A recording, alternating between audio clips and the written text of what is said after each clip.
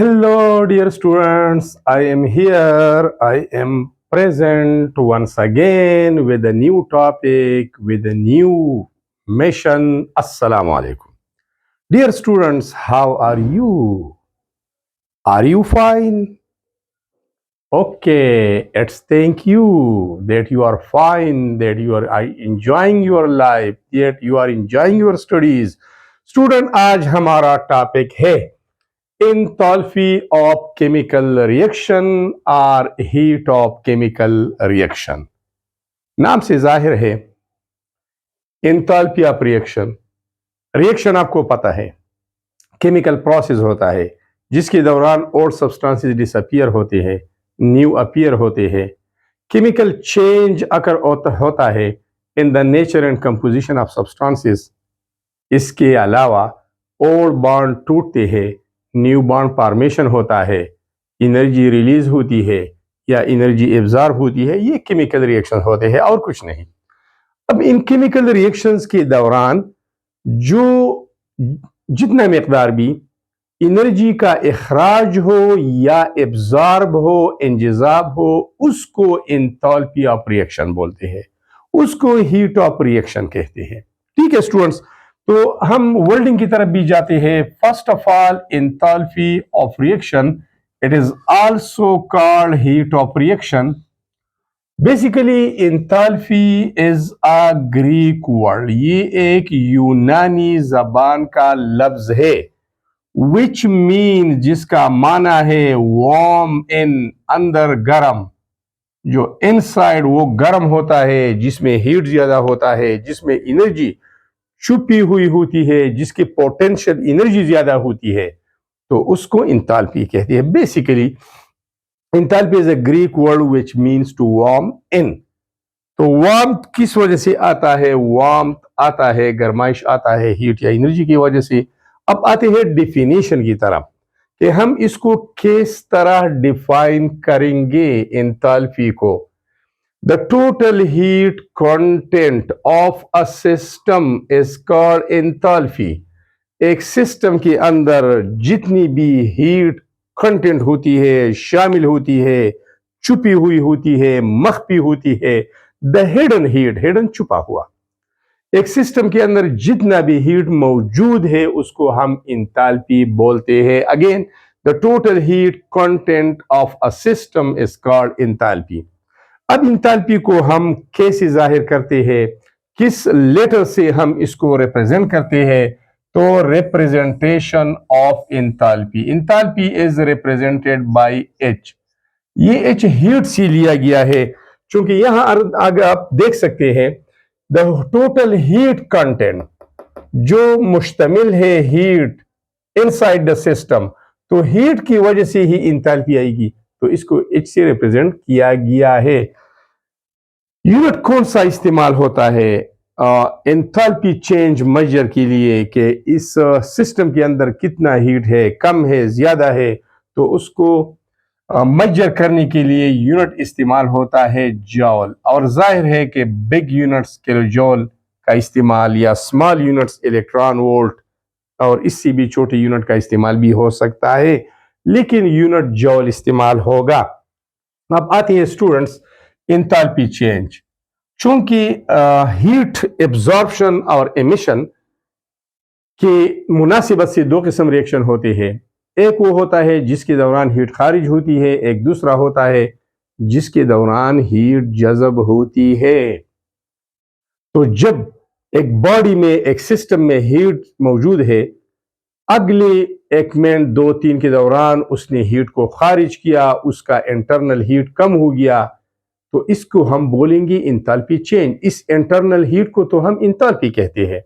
जब internal heat बाहर की तरफ खारिज हुआ या बाहर से अंदर की तरफ इस सिस्टम ने एब्जॉर्ब किया, तो इसमें तो चेंज आ गया और इस इंटरनल हीट को हम एंथैल्पी बोलते हैं। तो एक्चुअली एंथैल्पी में चेंज आ गया, एंथैल्पी में चेंज आ गया। तो नेक्स्ट हमारा है एंथैल्पी चेंज। असल में चेंज के लिए ये डेल्टा इस्तेमाल होता है। इस सिंबल को हम कहते हैं डेल्टा, इसको बोलते हैं डेल्टा, और इस डेल्टा का मतलब है चेंज, इसका मतलब होता है change.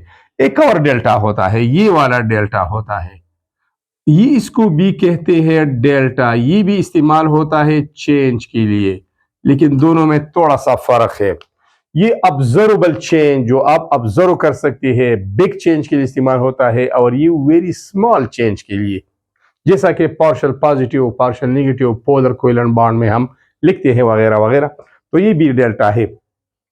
Delta H mean change in enthalpy. ये क्या होती है?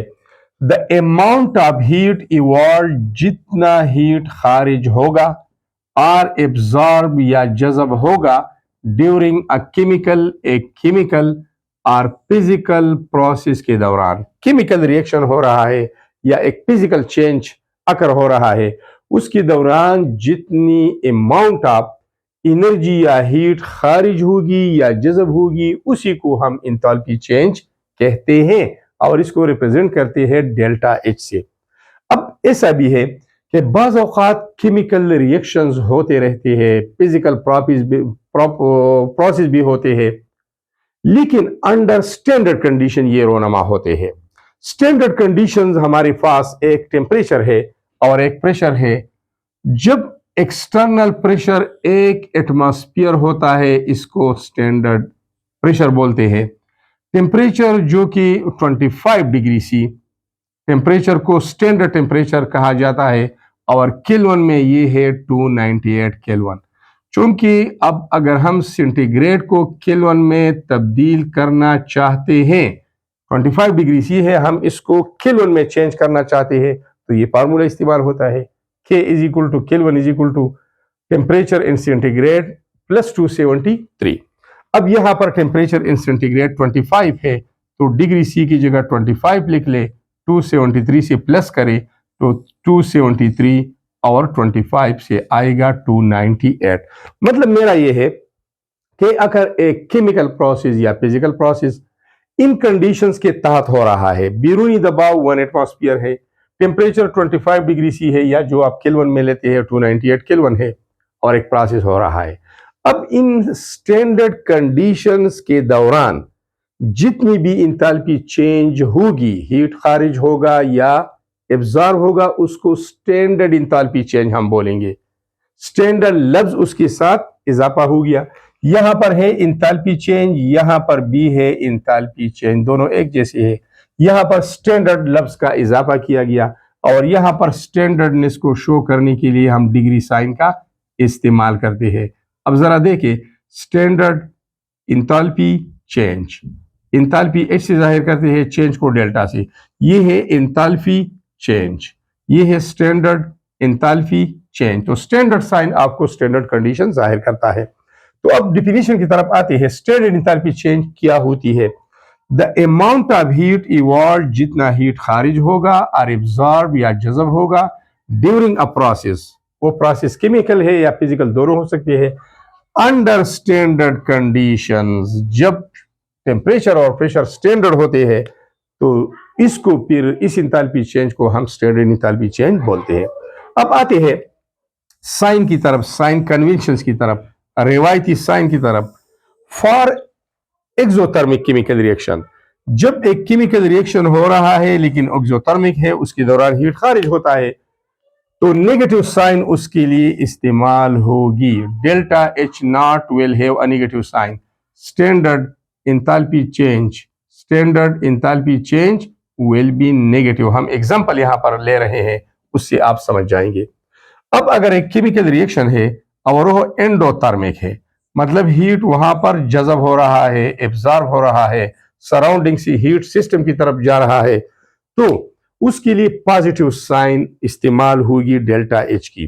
तो standard enthalpy change will have a positive sign, क्योंकि हीट जज़ब हो रहा है, ऐड हो रहा है, और एडिशन के लिए कौन सी साइन होती है? ये वाली साइन होती है। अब ये दो एग्जांपल लेते हैं। एग्जांपल्स की तरफ आते हैं, जो एक एक्सोथर्मिक का है और एक एंडोथर्मिक का है।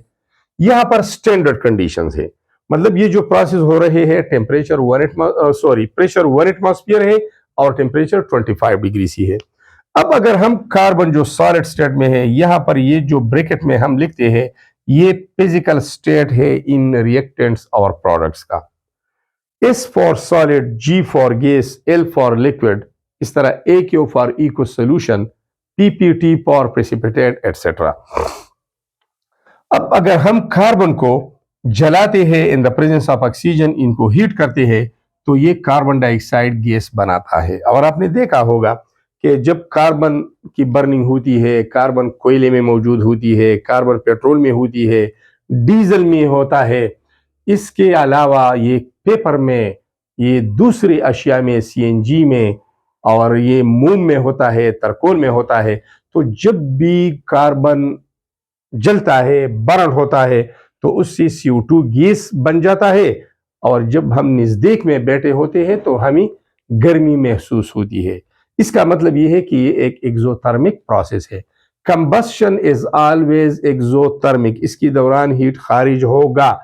तो यहां पर स्टैंडर्ड एंथैल्पी चेंज ये होगी 393.5 किलो जूल एनर्जी इस रिएक्शन के दौरान खारिज होगी। चूंकि एक्सोथर्मिक है तो यहां पर हम ले रहे हैं नेगेटिव साइन। ये नेगेटिव साइन हमें इंडिकेट करता है कि हीट खारिज हो रहा है, एनर्जी खारिज हो रही है, और ये एक्सोथर्मिक प्रोसेस है। अब आते हैं इस दूसरे एग्जांपल की तरफ। Hydrogen in gaseous state combine with iodine in gaseous state, it form 2 moles of hydrogen iodide, 2 is for balancing.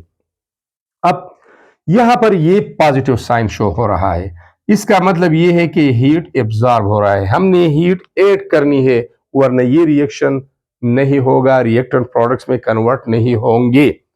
तो यहां पर delta H not standard enthalpy change for this reaction has a positive sign. Positive mean this is endothermic reaction.